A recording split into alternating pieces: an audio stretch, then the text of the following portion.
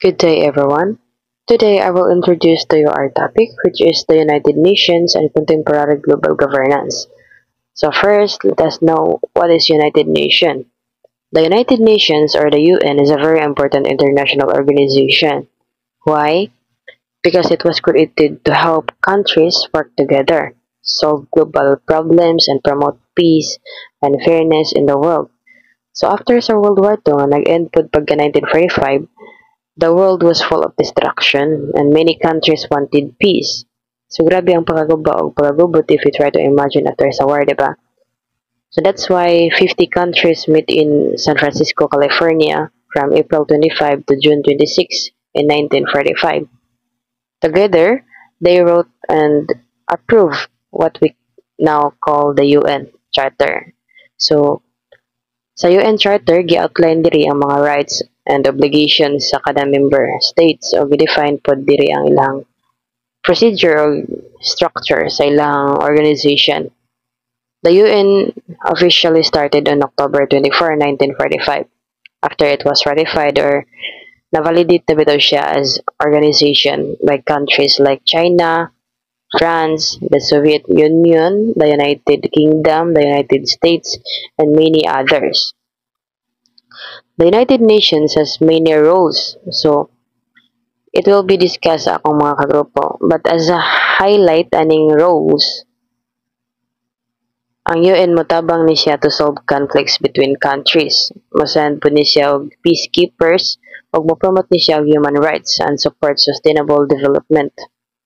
But despite aning tanang mga efforts, sa UN kay nag-face gyapon ni siya og kanang big challenges such as political issues, lack of funds, and new global problems that keep changing over time. So, my question is nganong importante man sa atua to understand what UN does and also why it continues to matter today. It's because hangtod karon nanginahanglan gihapon ang kalibutan og peace, security, cooperation, o global support sa pag-solve sa mga problema na makaapekto diri sa world. Mao gyud ni ang purpose ni UN o iyang ginahimo. So this topic will help us see how the UN responds to the global issues and how it maintain peace and cooperation between sa kada countries. So the next topic will be the roles and functions of UN, and it will be discussed by the next reporter. Thank you. Good day everyone, my name is Jero Reyes and for today I will going to discuss to you my topic entitled Rules and Functions of the United Nations. But before that, let us know first what is United Nations. So, United Nations, it is an international organization made up of almost all countries in the world. It was created on 1945 after the World War II. Its goal is to help keep peace, solve global problems, and make the world a better place for everyone. It now has 193 member states, and the latest country that joined was South Sudan on July 14, 2011, making the total membership 193. So, the first rule and functions of United Nations is maintenance of international peace and security. So, the UN first and most important responsibility is to maintain peace and security around the world. This includes preventing conflict before they happen, helping to end active conflict, and supporting countries in rebuilding after wars. So, maugid na kinaunhan nga rule of function sa United Nations nga i-maintain ang peace and security around the world. So, as what I have said earlier, kay bao naman tanong ang first good na rule and function sa United Nations is to maintain peace and security around the world. So, in order to fulfill that rule, the UN sent over 70 peacekeeping groups to the different countries. Kinsa ka niyang mga peacekeeping groups? So, ang mga peacekeeping groups, this includes soldiers, police, and helpers or mga civilian staff in which kung na conflict or war within the country or sa lain nga nasud kay ngano they will send peacekeeping groups in order to bring peace and security. And for example, ang Philippines kay na war or conflict. So, kay part man ta sa United Nations, ang UN mag-send na silang mga peacekeeping groups aron ma-maintain gyud ang peace o ma-prevent ang war. Here's how UN operates in each region.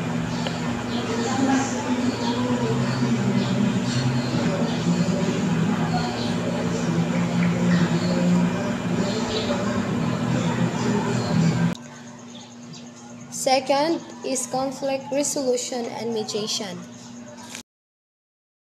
The United Nations or UN helps solve problems between groups or countries that are fighting.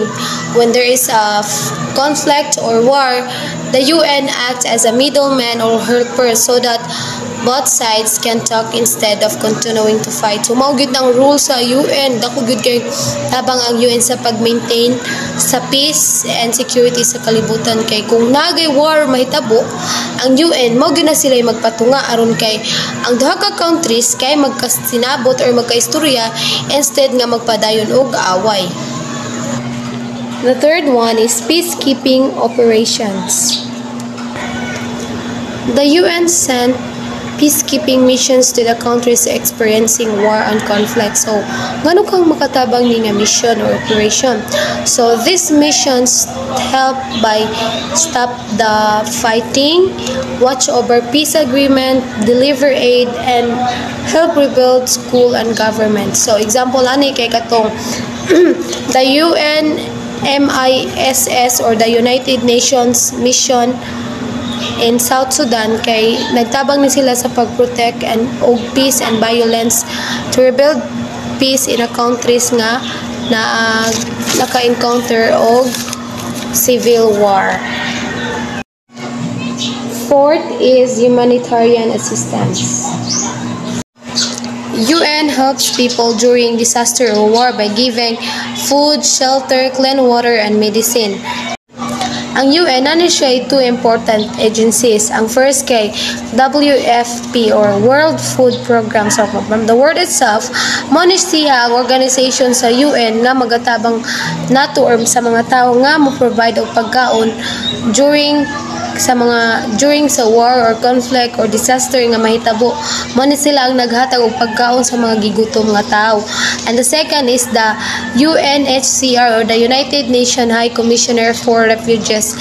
Nga mo ni siya ang nagatabang sa mga tao nga nawagtangan og palay tungod sa war o conflict nga nahitabo or war or disaster nga nahitabo sa usa ka countries. For example, katong during bagyong Odette, so di ba daghan man jud ang tawo nga gigutom or daghan ang tawo nga nagutom. So kay nasakop man ta sa United Nations, so the United Nations mo ni sila nagpadasa usad pud sila sa nagapadana to og mga relief goods. No, nakatabang gyud ang United Nations sa matag usa kanato. Fifth is development and sustainable goals. So the UN wants all countries to grow in a way that's fair, peaceful, and eco-friendly. And it created 17 Sustainable Development Goals or SDGs, which include ending poverty, producing quality education and healthcare, promoting gender equality, and protecting nature and clean energy. So, pag sa una, ang mga tao gyud wala gyud sila pantay-pantay nga karapatan like sa mga babae. Ang pagsauna ang mga babae wala na sila karapatan nga mag-lead sa usa ka nasod or sa usa ka bayan. Kay ngano ang mga babae sa una kay giisip ra na sila mga sulugoon nga ang ilang trabaho nara gyud na sa balay nga mag-serve na sila sa ilang husband ug sa ilang mga anak. Pero sa panahon karon by the help sa rule and function sa United Nations nga ikalima or Development and Sustainable Goals, nakatabang na siya sa pag-promote og gender equality nga sa atong panahon karon, mababay ka man o malalaki na say fair treatment nga mulid na gyud sa usa ka nasod or dili lang ka mahimong alipin like before. 6. Human rights promotion and protection. So, the UN work hard to make sure that every person in the world is treated fairly and with respect. So, ang UN ano say mga officers nga nag-focus sa human rights. Ang first kay ang UN Human Rights Council or mao ni sila ang group of countries that meet to talk about human rights problems and make decision to help fix them. So second is Office of the Human Commissioner for Human Rights or the OHCHR nga it works around the world to promote and protect human rights through research report and action. So example ato, after World War II, many people has lost their rights and freedom. So the UN created the Universal Declaration of Human Rights in 1948. It lists the 30 basic rights that all people should have. Example, katong Myanmar or ang Rohingya crisis. So, the UN spoke out against the violence nga na-encounter sa mga Rohingya Muslims nga nagpuyo sa Myanmar. Kay ang mga taga Myanmar, ang religion ana nila kay Buddhism gyud na sila. And then ang nay mga Muslim nga nagpuyo didto sa Myanmar. So, ang mga Muslim didto naka-encounter sila dili fair nga treatment sa mga taga Myanmar. So, in order to promote human rights promotion and protection, ang UN nakigstorya gyud ana, gifix nila sa UN nga until now ang mga Rohingya Muslims kay nakakuha na gyud sila peace and security nga kanang na sila freedom dito nga manirahan nga dili na sila magtago-tago ug dili na sila maka-encounter og violence like ilang na-encounter. Seventh is environmental stewardship. So the UN helps protect the environment. So dili lang ni siya nagprotect sa mga tao, sa mga butang ning kalibutan, but also the UN helps protect the environment. Nga pinaagi sa tabang sa UN or pinaagi sa ilang rules and function nga environmental stewardship, dira ta naka-adapt nga instead nga mo use tag generator, nagamit na taog solar in order to maintain clean energy nga kung before ang gigamit gyud mostly kay generator nya nag-produce na siya air pollution, karon nanay mga tawo nga nagagamit og solar by the help sa rules and functions sa United Nations. 8 is global health. So, dili lang kay peace and security ang gi-maintain sa United Nations but also global health. Nga through the help of United Nations during COVID-19 daghan man jud ang tawo nga nataptano. So, one of the rules nga gihimo sa mga or actions nga gihimo sa United Nations kay nag-send sila og vaccines sa different countries nga daghang tawo ang nataptan og COVID-19. 9 is international law and dispute resolution. The UN makes sure that all countries follows international law. This law covers things like human rights, trade between countries, peace and peace rules. So, nga kung naay country nga mag-involve sa genocide or the war crimes, silutan gyud siya kay naay UN nani siya special court called International Court of Justice nga it settles dispute between countries. So, it also help write and support laws nga need gyud i-follow sa mga citizens nga nagpuyo within the country. Nga ang usa gyud sa rules and functions sa United Nations is to maintain peace, good and security nga in which they promote international law nga kung nagay mula pa sa ana nga law silutan gyud siya nga need gyud siya mo face sa iyang consequence sa iyang action nga gibuhat. 10th is democracy and governance. So, by the help of the United Nations, by promoting democracy and governance, ang mga tao or kita nga mga tao nga nagpuyo sa Philippines na natay right to vote. Kay we are living in the democratic country man niya. We have right to vote kung kinsa gyud antong pilion nga leader. Like dili pareha sa North Korea nga mag-appoint ra gyud na sila nga bisan di sila ganahan ana dapat ka na gyud na mahimong leader, and everyone has no right there nga dapat gyud ang masunod ang leader ra gyud sa North Korea. But here in the Philippines, we are privileged nga natay freedom kung unsa atong gustong buhaton nga makaayo sa matag sa kanato. That's all. Thank you for listening. I hope you've learned.